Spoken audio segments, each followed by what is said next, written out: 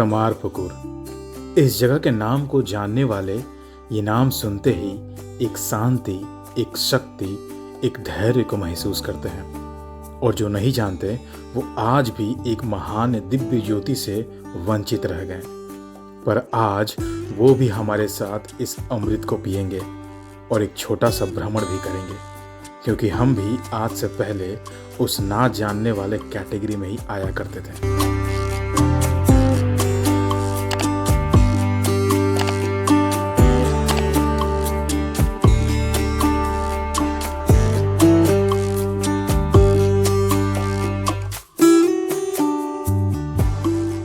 नमस्कार, हेलो बंधुओं, स्वागत है आप सबका घर बैठे पूरा वेस्ट बंगाल देखो सीरीज़ के फिर से एक नए एपिसोड में।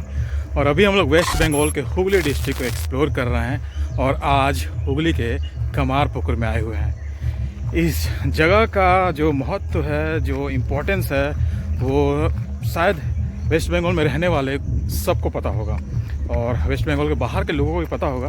बट ये बहुत ही इम्पॉर्टेंट और बहुत ही सुंदर जगह है जिसकी हिस्ट्री हम आपको आगे बताएंगे भी। तो चलिए सबसे पहले जान लेते हैं कि कमारपुकुर हम लोग आ कैसे सकते हैं और यहाँ की कुछ जानकारी भी आप तक पहुँचा देते हैं। रामकृष्ण, जिन्हें रामकृष्ण परमहंस भी कहा जाता है, का जन्म 18 फरवरी 1836 को भारत के पश्चिम बंगाल के हुगली जिले के कमारपुकुर गांव में एक बहुत ही गरीब और धर्मपरायण बंगाली ब्राह्मण परिवार में हुआ था। वे देवी काली, वैष्णववादी, तांत्रिक शक्तिवाद और अद्वैत वेदांत के साथ साथ ईसाई धर्म और इस्लाम की हिंदू परंपराओं से विभिन्न धार्मिक प्रथाओं का पालन करते थे। उन्हें उनके अनुयायी दिव्य अवतार के रूप में मानते हैं। 20 वर्ष की आयु में वे दक्षिणेश्वर काली मंदिर में पुजारी बन गए। रामकृष्ण ने मंदिर में गुरु के रूप में जनता के बीच व्यापक प्रशंसा प्राप्त की। सामाजिक नेताओं, अभिजात वर्ग और आम लोगों को समान रूप से आकर्षित किया।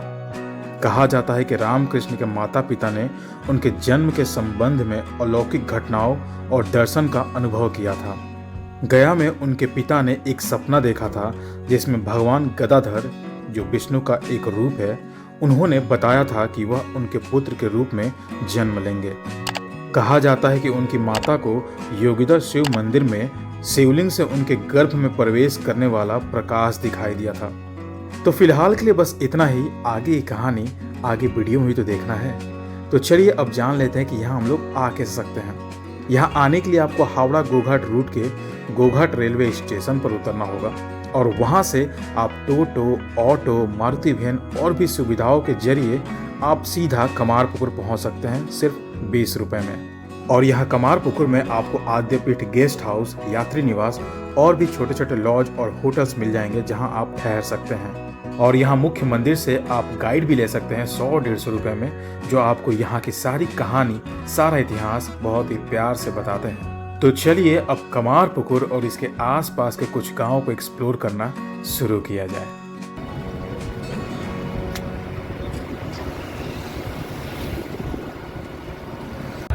तो आज की वीडियो की शुरुआत होने वाली है एक अनसुलझे पहलू से।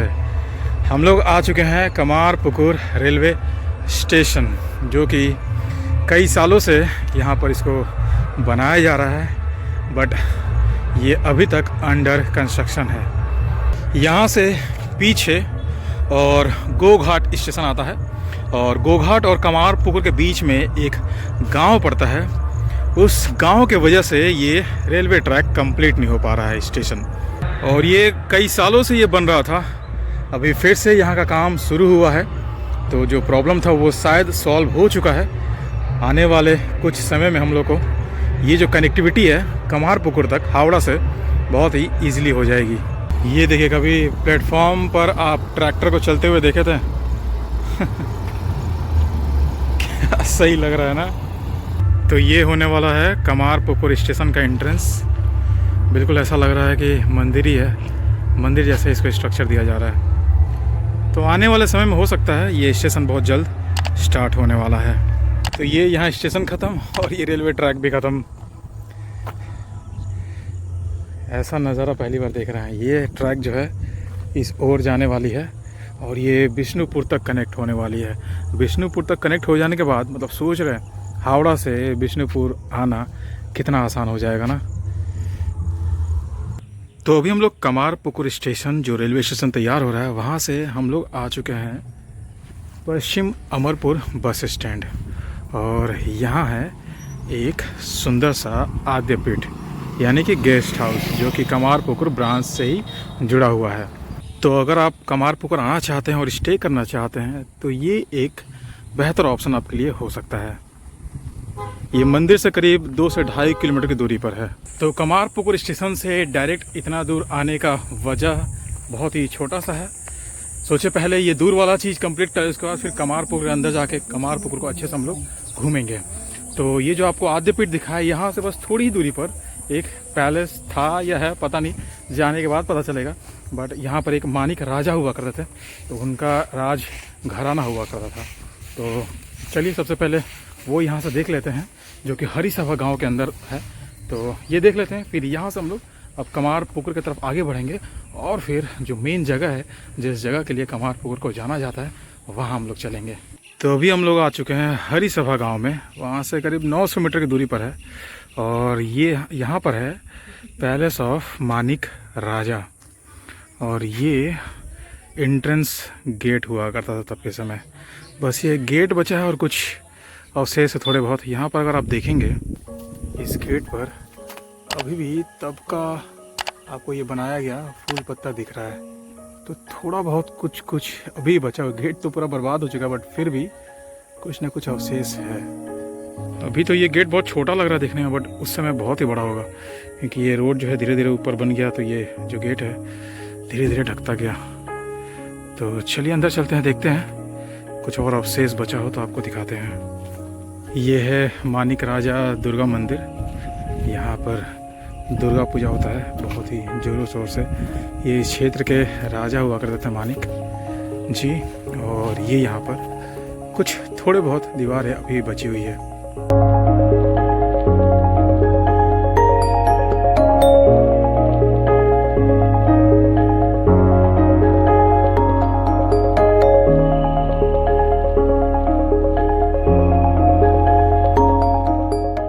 और जो दुर्गा मंदिर है, यहाँ से आपको ये 2 पुराना सा शिव जी का मंदिर भी दिखेगा।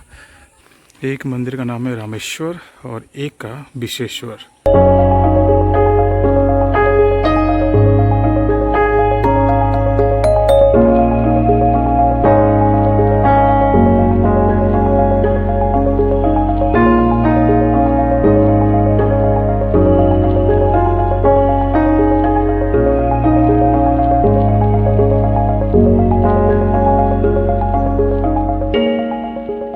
तो हम लोग अब रामकृष्ण मठ जो मंदिर है वहाँ आगे बढ़ रहे हैं, और वहाँ से बस 250 मीटर पहले ही ये आपको रामकृष्ण मठ यात्री निवास देखने को मिलेगा।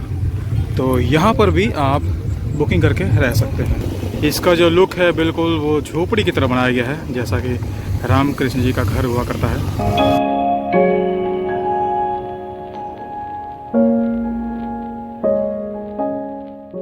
तो ये है सामने रामकृष्ण मठ का गेट, और इसी के अंदर वो घर है जहाँ पर रामकृष्ण जी का जन्म हुआ था। और गेट के बाहर में ही यहाँ पर आपको एक मैप दिख जाएगा कि यहाँ आप कमारपुकुर में क्या क्या देख सकते हैं, क्या क्या घूम सकते हैं। ये सारा पूरा लिस्ट है कमारपुकुर में, जो भी आपका घूमने वाला जगह है, यहाँ से आप देखकर उन जगहों पर घूम सकते हैं। और सारा आपका रोड मैप भी बनाया हुआ है, कौन सा कहाँ पर आपको मिलेगा। ये सही है।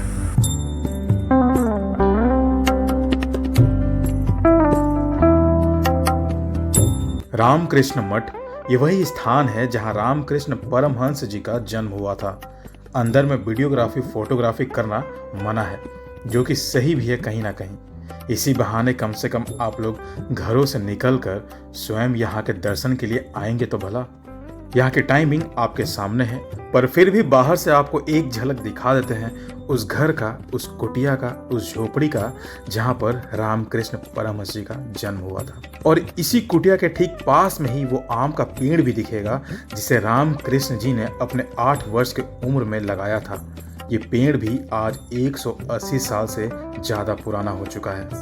इसी परिसर में वो मंदिर भी दिखेगा जिसे जुगी शिव मंदिर के नाम से जाना जाता है, जिसके बारे में माना जाता है कि जब रामकृष्ण जी की माता जी हल्दर पुकुर में नहाकर यहाँ पूजा कर रही होती है, तब शिवलिंग से एक चमत्कारी दिव्य रोशनी प्रकट होती है और उनके पेट में जाकर समा जाती है, जिससे वह गर्भवती हो जाती है और उसके बाद रामकृष्ण जी का जन्म होता है।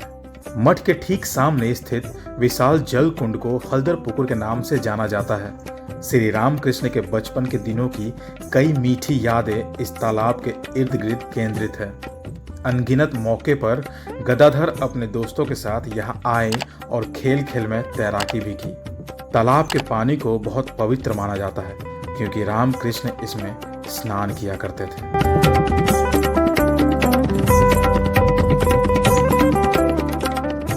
तो ये यहाँ पर भोग प्रसाद का आपको एक कूपन मिलेगा। इसका कोई आपको यहाँ पर मेंशन नहीं रहेगा कितना आपको देना है, आप अपनी खुशी से जितना चाहे उतना दे सकते हैं।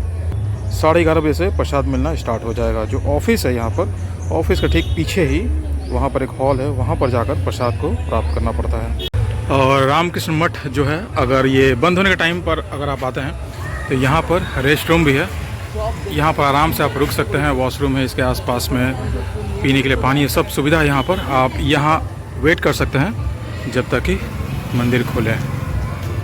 तो मठ के अपोजिट से एक रास्ता जाता है, 200 मीटर की दूरी पर आपको ये दिखेगा रामकृष्ण मिशन पल्ली मंगल। यहाँ पर जो है हैंडलूम तैयार किया जाता है, ट्रेनिंग और प्रोडक्शन सेंटर है।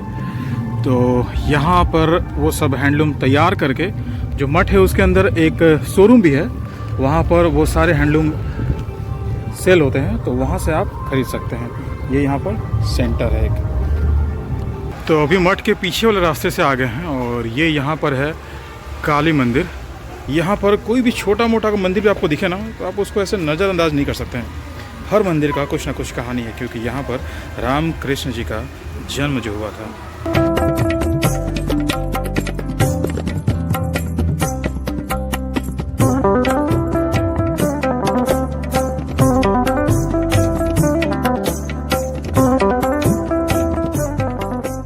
और ये जो काली मंदिर आप देखेंगे, इसके ठीक अपोजिट में आपको दिखेगा पाठशाला ऑफ रामकृष्ण।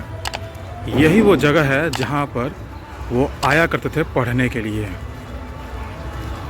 ये सब जितने भी जगह है ना, सब आसपास में 200, 250, 150 मीटर ऐसे करके डिस्टेंस है। ये सब कुछ आपको यहाँ पर देखने को मिल जाएगा।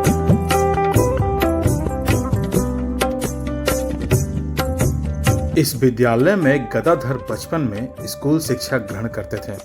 कुछ ही समय में उन्होंने पढ़ना लिखना सीख लिया, लेकिन जल्द ही उनकी रुचि बदल गई और उनमें सुंदर दृश्य देखकर या किसी विशेष देवता के चिंतन में आनंदित होने की प्रवृत्ति विकसित हो गई। बालक को स्कूल की पढ़ाई से ज्यादा पुराणों का पाठ और गांव के नाटकों का प्रदर्शन पसंद था।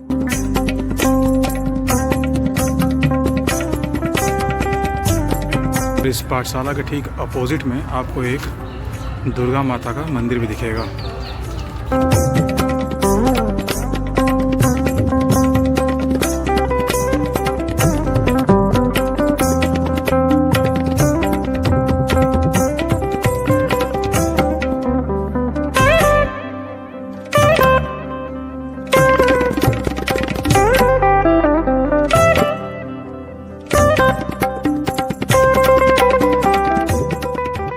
और यहीं पर वो छोटा सा शिव जी का मंदिर भी दिखेगा, जो धर्मदास लाहा जी के बेटी के द्वारा इसको बनवाया गया था, स्थापित किया गया था यहाँ पर शिव जी को। सबसे सामने दिखेगा आपको ये पाठशाला, उसके बाद ये दुर्गा मंदिर, और दुर्गा मंदिर के ठीक पीछे आपको एक विष्णु मंदिर भी दिखेगा। ये छोटा सा गेट है, तो आप यहाँ से विष्णु मंदिर भी यहाँ देख सकते हैं।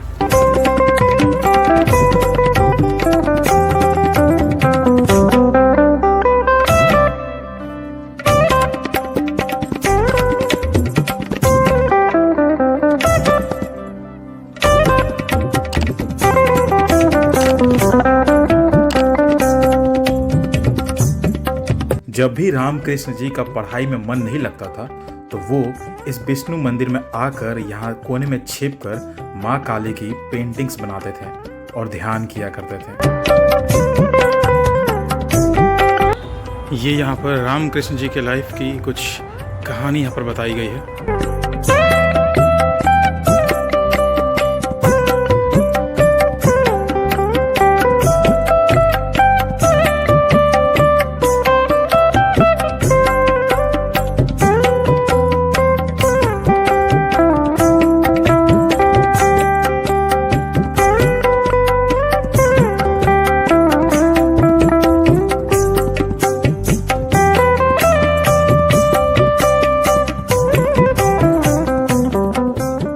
ये घर कितने खूबसूरत लग रहा है ना, बताइए। मिट्टी के घर, और यहाँ पर देखिए ग्राउंड फ्लोर, फर्स्ट फ्लोर। मिट्टी के घर में इतना सुंदर सा ये घर बना हुआ है, फर्स्ट फ्लोर तक का। बहुत खूबसूरत लग रहा है देखने में। तो अभी ठीक विष्णु मंदिर के पीछे वाले गली से बस 50 मीटर की दूरी पर ये एक मंदिर हम लोग दिखता है। ये घर सीतानाथ पाइन का है।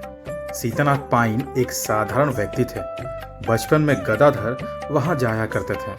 जब वे लगभग 12 या 13 वर्ष के थे तो वे वहां भक्ति गीत गाते हुए या रामायण और महाभारत जैसी पवित्र पुस्तकें पढ़ते हुए आनंदित हो उठते थे।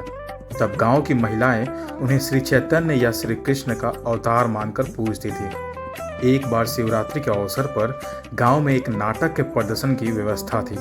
चूंकि बालक को शिव के अचानक बीमार होने का अभिनय करना था, इसलिए गदाधर को वह भूमिका निभाने के लिए राजी किया गया। लेकिन जैसे ही वो जटाओं, रुद्राक्ष की माला और राख से सजे मंच पर आए, वह गहरी समाधि में चले गए, जो बहुत देर तक चली और प्रदर्शन रोकना पड़ा। उसी याद में यहाँ पर एक मंदिर बनाया गया है, और इस मंदिर के अंदर आप शिव मूर्ति को एक बाल अवस्था में देख पाएंगे। और इस मंदिर में वो पेंटिंग्स भी आपको देखने को मिलेगी जो उस समय को दर्शाती है। तो अब वहाँ से निकल कर आ गए हम लोग भवतारिणी मंदिर। बस 100 मीटर भी नहीं होगा वहाँ से।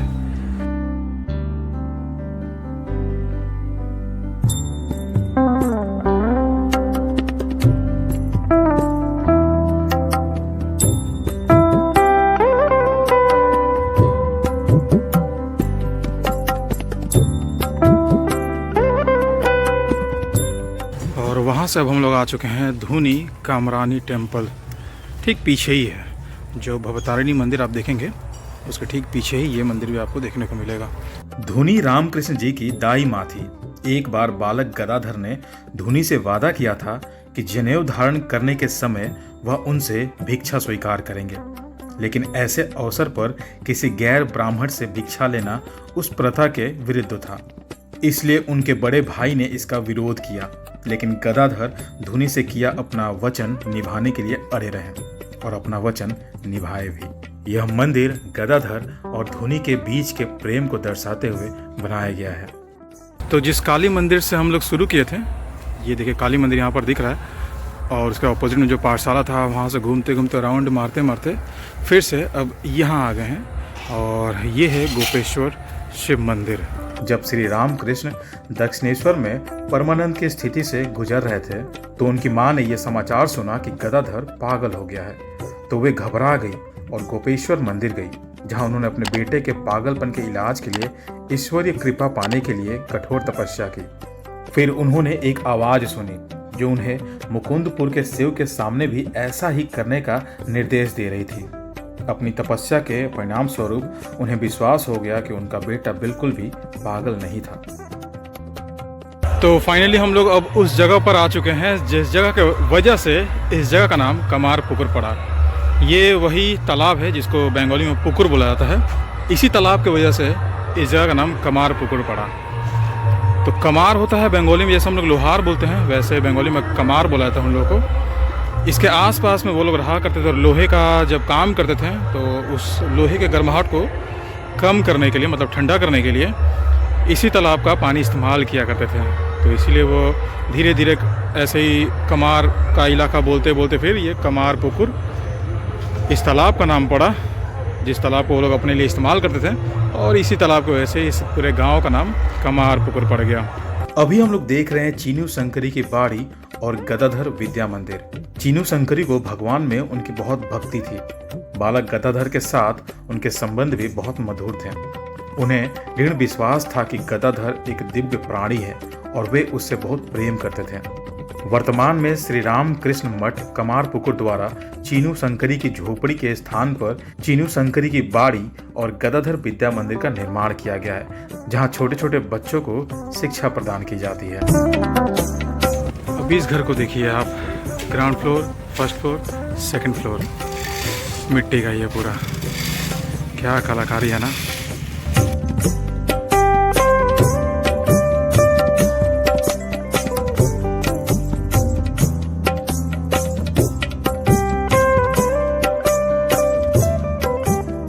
तो जब आप मेन रोड से मंदिर के लिए गली में टर्न लेंगे तो आपको ऐसे पुराने पुराने मंदिर 2-3 दिख जाएंगे उस रास्ते में। ये सीधा रास्ता आपका मंदिर को कनेक्ट करता है।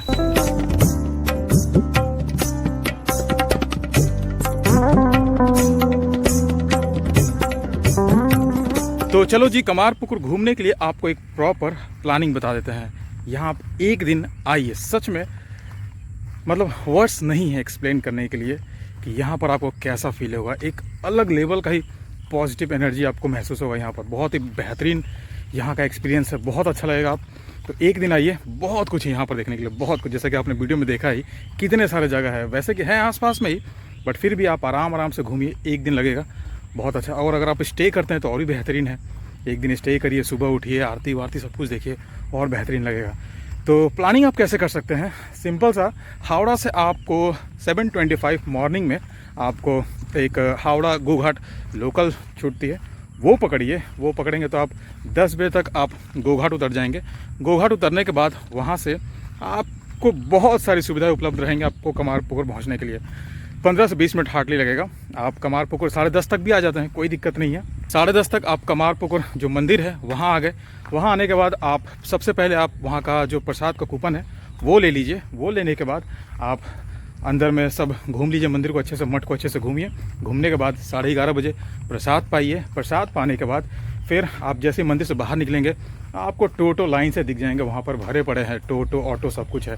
तो कुछ भी आप रिज़र्व करिए। अगर आप लोग ज़्यादा लोग आते हैं या फिर आप अकेले भी आते हैं तो सबसे बेहतरीन यही रहेगा, आप कुछ भी रिज़र्व करिए। रिज़र्व करने के बाद जितना भी साइट सीइंग है वो टोटो ऑटो वाले आपको घुमा देंगे, कोई मेहनत नहीं करना पड़ेगा। और वैसे अगर आप मेरे मैप को फॉलो करेंगे तब भी कोई दिक्कत नहीं होगा। आप नाम सर्च करेंगे, बिल्कुल मंदिर के पीछे पीछे आसपास में ही सब कुछ है। नाम सर्च करके भी आप खुद से भी घूम सकते हैं पैदल, बट अगर फैमिली के साथ आते हैं तो बेहतर यही होगा आप टोटो या फिर ऑटो रिज़र्व करके बेहतरीन तरीके से कमारपुकुर को आप घूम सकते हैं। तो वीडियो कैसा लगा ये आप ज़रूर बताइएगा, पसंद आए तो लाइक करिएगा, और अगर आप चैनल पर नए हैं तो सब्सक्राइब करके बेल आइकन ज़रूर प्रेस कर लें। तो चलिए अब हुगली डिस्ट्रिक्ट के नेक्स्ट एपिसोड मिलते हैं, और हो सकता है तो इसके बाद वाला एपिसोड शायद लास्ट एपिसोड हुगली डिस्ट्रिक्ट का। तो नेक्स्ट एपिसोड मिलते हैं। Till then explore, travel and experience.